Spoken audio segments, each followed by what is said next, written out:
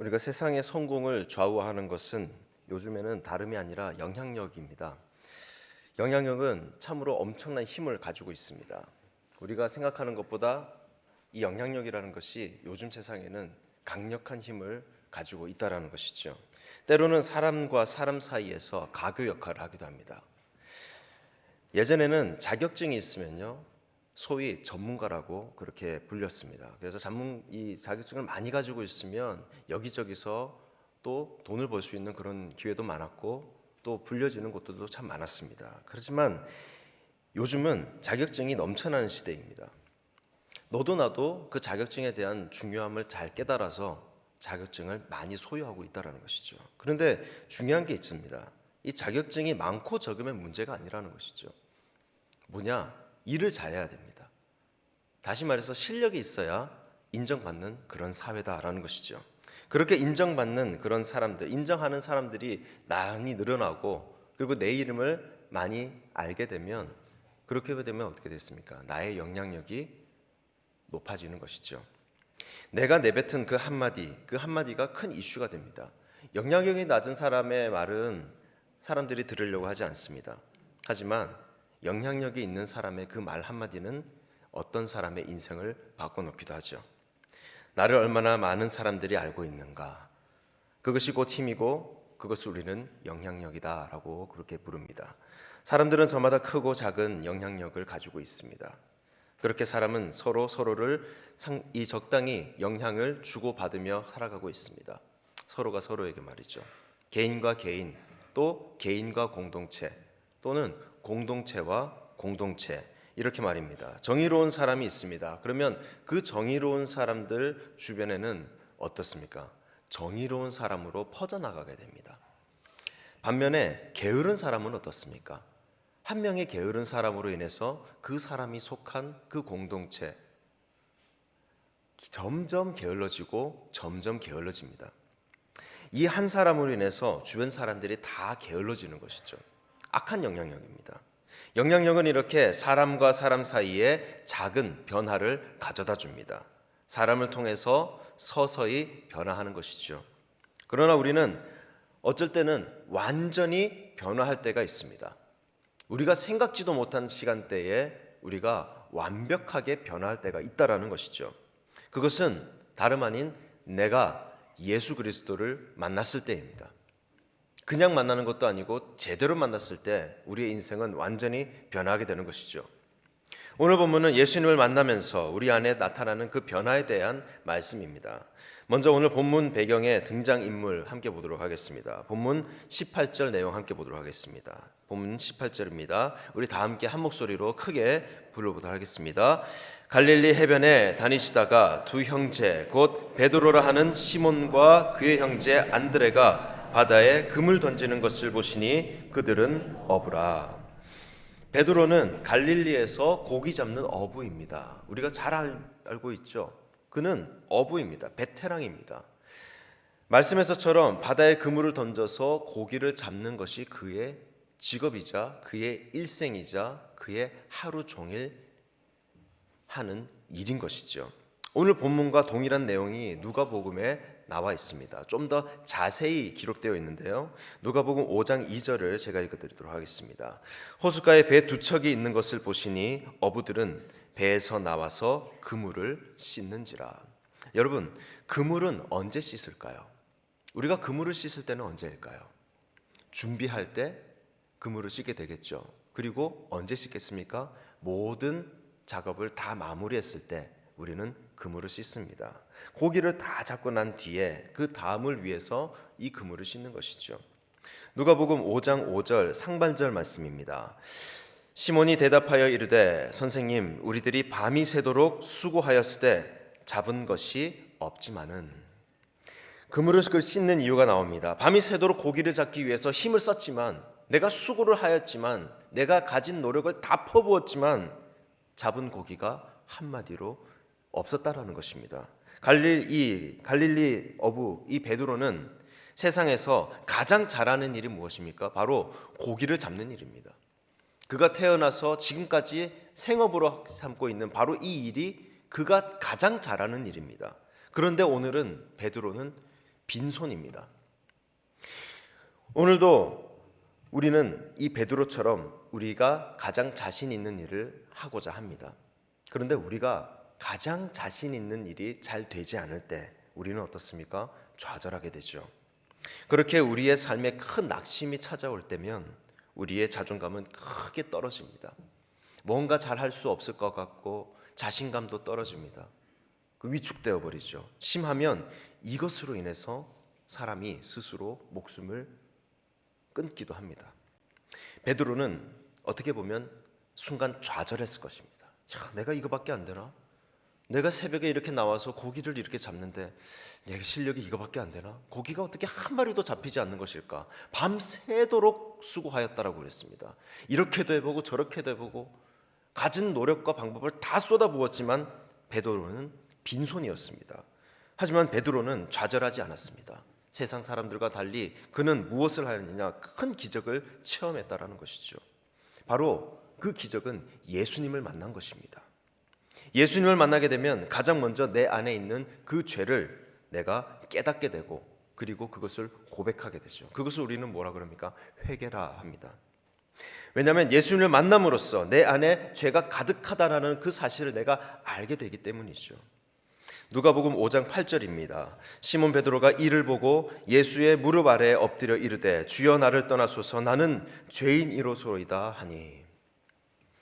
갈릴리 호수에 물고기를 잡으며 살아가던 그 시몬 베드로는 예수님의 말씀대로 그물을 던졌다가 그전에는 한 번도 경험해 보지 못한 그 경험을 하게 됩니다. 놀라운 기적을 체험하게 되죠. 이 기적을 체험한 이 시몬 베드로, 예수님의 기적에 감탄하고 또 감사하는 것을 넘어섭니다. 그러한 내용은 성경에 나와 있지도 않습니다. 시몬 베드로가 참으로 기뻤더라, 시몬 베드로가 이것을 보고 놀라워하더라, 이런 내용이 나와 있지 않습니다. 예수님 앞에서 감사하더라, 하나님께 찬양을 올리더라, 나와 있지 않습니다. 뭐라고 나옵니까? 자신이 죄인이다라고 그렇게 고백을 하는 것입니다. 예수님을 만날 때 나의 죄가 깨달아지고 내가 회개하게 됩니다. 예수님을 만날 때 우리 안에 있는 그 확신이 넘치며 내 안에 있는 기쁨이 샘솟게 됩니다. 두려웠던 모든 것, 내가 넘어설 수 없었던 것을 내가 극복하게 되는 그 힘을 가지게 됩니다. 내가 얼마나 죄인인가를 내가 알게 되면 우리는 저절로 예수님 앞에 엎드려 회개할 수밖에 없습니다. 예수님이 내 안에 살아계실 때 우리 안에 참된 회개가 일어나기 때문이죠. 그래서 베드로는 부르짖습니다. 나는 죄인입니다. 나는 죄인입니다. 더러운 죄가 깨끗하게 된 것, 그것이 바로 기적이고 예수 그리스도를 만난 것 그 자체가 축복이며 그것이 진짜 만날 수 없었던, 이전에는 경험하지 못했던 그러한 기적인 것입니다. 예수님을 만난 이 시몬 베드로 자신이 죄인임을 깨닫습니다. 그리고 또한 사명을 깨닫게 됩니다.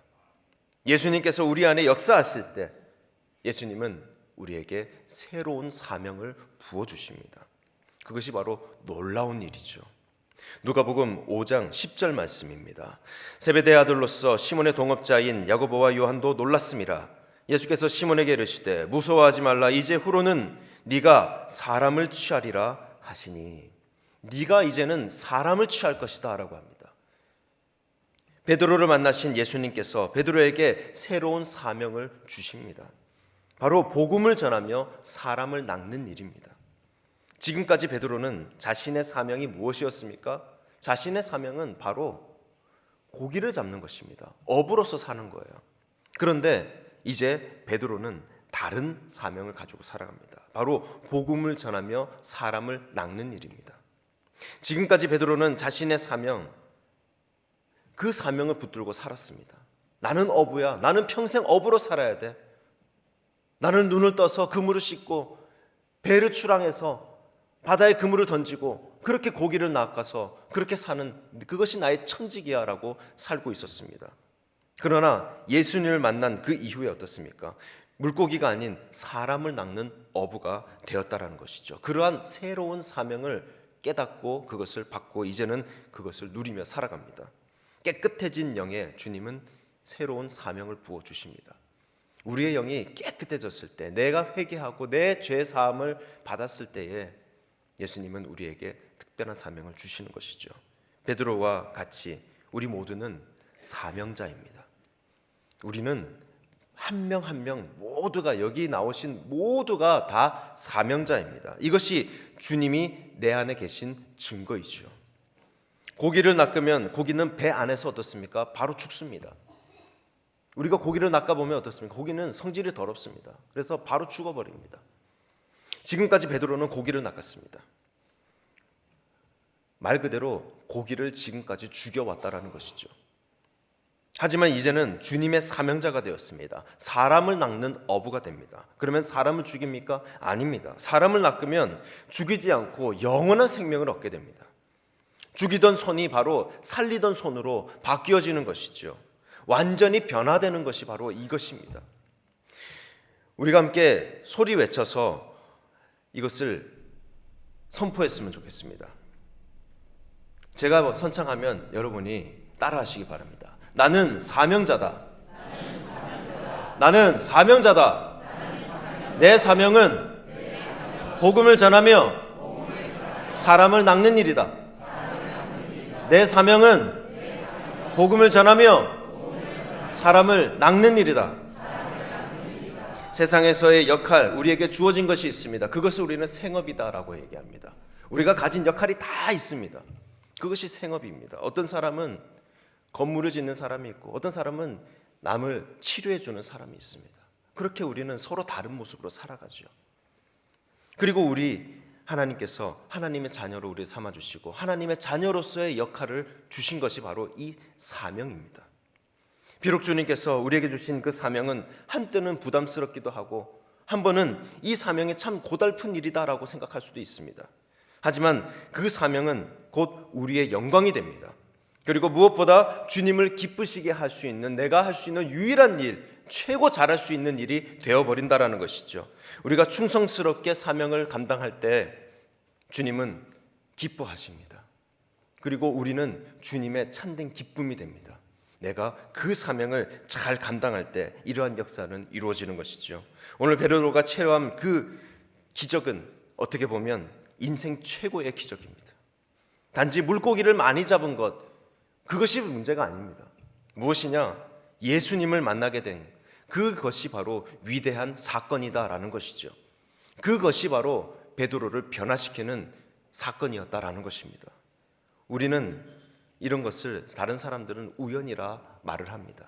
우연히 예수님을 만나서 우연히 고기를 그물을 던졌더니 고기가 낚이고 우연히 예수님을 믿게 됐네. 우연히 그런 마음이 주어지고 그것은 우연일 거야 라고 얘기합니다. 그러나 우리는 예수님을 만나 하나님의 자녀가 된 것을 기적이라고 부릅니다. 사람은 예수님을 만나 내 안에 있는 죄를 고백하죠.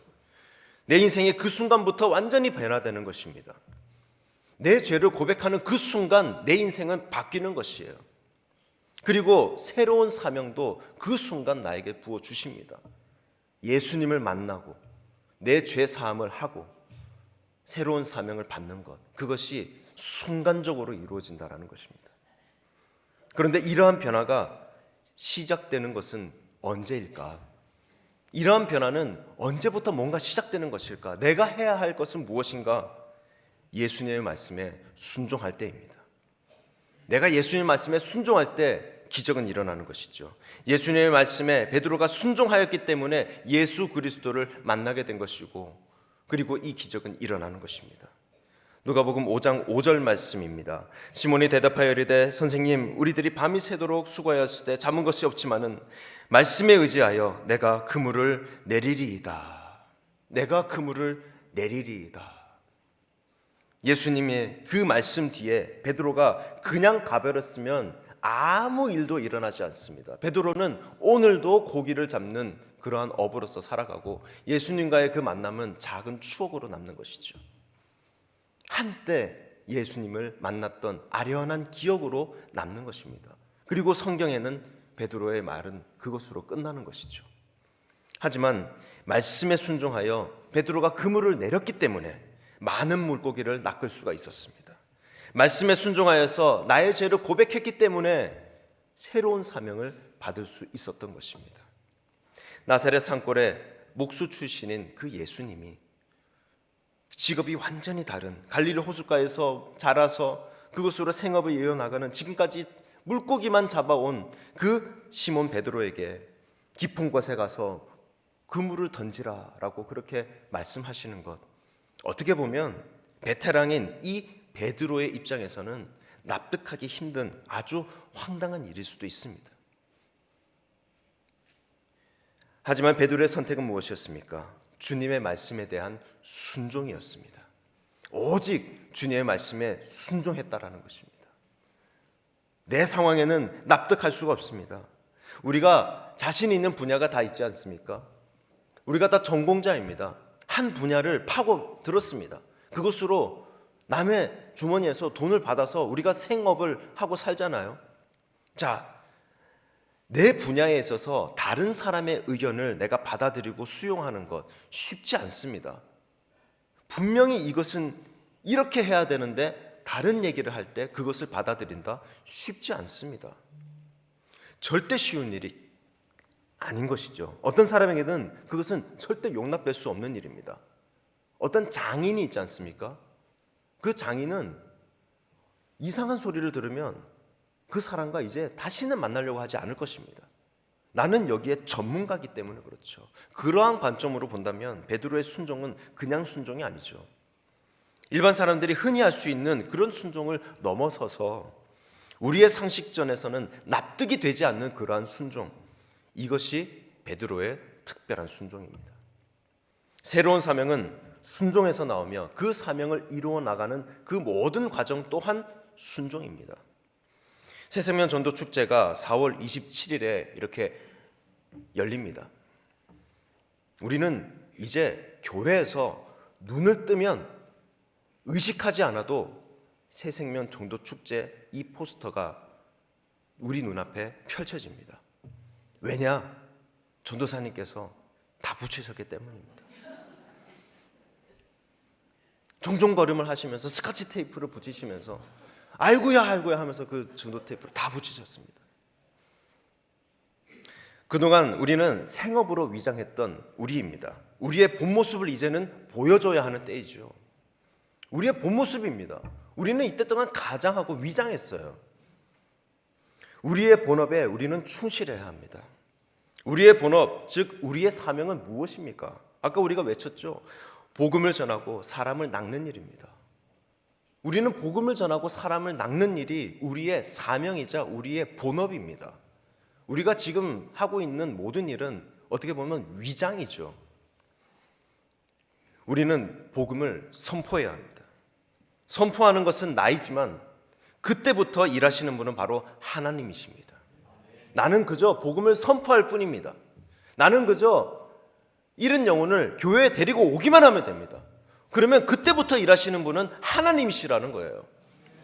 우리가 착각하는 것이 뭐냐면 그때부터 내가 한다고 생각하기 때문에 전도가 힘들다라고 하는데 그냥 데리고 오고 선포하기만 하면 됩니다. 그러면 그때부터는 주님이 하신다라는 거예요. 주님이. 우리가 우리 인생을 되돌아보면 그렇지 않습니까? 저도 예전에 초등학교 2학년 때 전도를 받았습니다. 그때부터 제가 교회를 다니기 시작했습니다. 그때 그 친구 그 한마디가 교회 같이 갈래? 그 한마디였습니다. 이 친구가 한 건 그 한마디입니다. 저는 교회에 나왔고 그 다음부터는 이 친구의 말대로 저는 하지 않았고 제가 스스로 나왔습니다. 하나님께서 마음을 주시기 때문에 그렇죠. 하나님께서 그 말씀 마음에 순종하는 마음을 부어 주셨기 때문에 제 발로 교회에 나오게 되는 것입니다. 우리는 그저 복음을 전하라라는 그 주님의 말씀에 복종하고 그 말씀에 순종하면 되는 것입니다. 사랑하는 여러분, 우리는 모두 사명자입니다. 우리는 단 한 사람도 빠짐없이 모두가 다 우리의 본업 사명자라는 그 직업을 가지고 있습니다. 사명자는 하나님께서 끝까지 책임지십니다. 맡겨진 사명을 이룰 수 있게 우리를 도와주십니다. 순종하면 역사는 이루어집니다.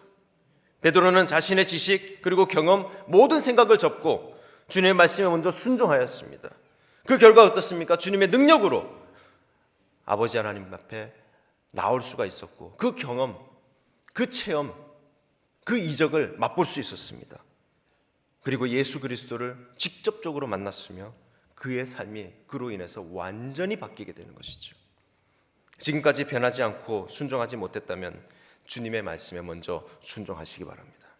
우리가 순종할 때 주님은 우리를 만나주시고 우리를 대신하여 일하여 주시는 주님을 우리는 체험할 수 있습니다. 그것이 내 인생의 기적이다라는 것이죠. 내가 로또에 당첨이 되어서 아파트를 사는 것이 문제가 아니라 내가 예수 그리스도를 만나서 내 삶이 변화되고 주님 앞에 내 죄를 고백하며 새로운 사명을 받아 내가 온전히 주님 앞에 하나님의 자녀로서 거룩히 살아가는 것, 이것이 바로 기적이다라는 것을 믿으시기 바랍니다. 내 생각과 계획을 내려놓고 주님의 뜻을 먼저 구하며 주님의 말씀에 우리가 겸손히 순종할 때 주님은 우리 삶에 놀라운 기적을 베풀어 주십니다. 나를 통하여서 예수님을 모르고 살아가는 많은 사람들, 그리고 저 세상을 향해서 담대히 복음을 선포하시는 더자랑교회 모든 성도님들 되시길 주님의 이름으로 축원합니다.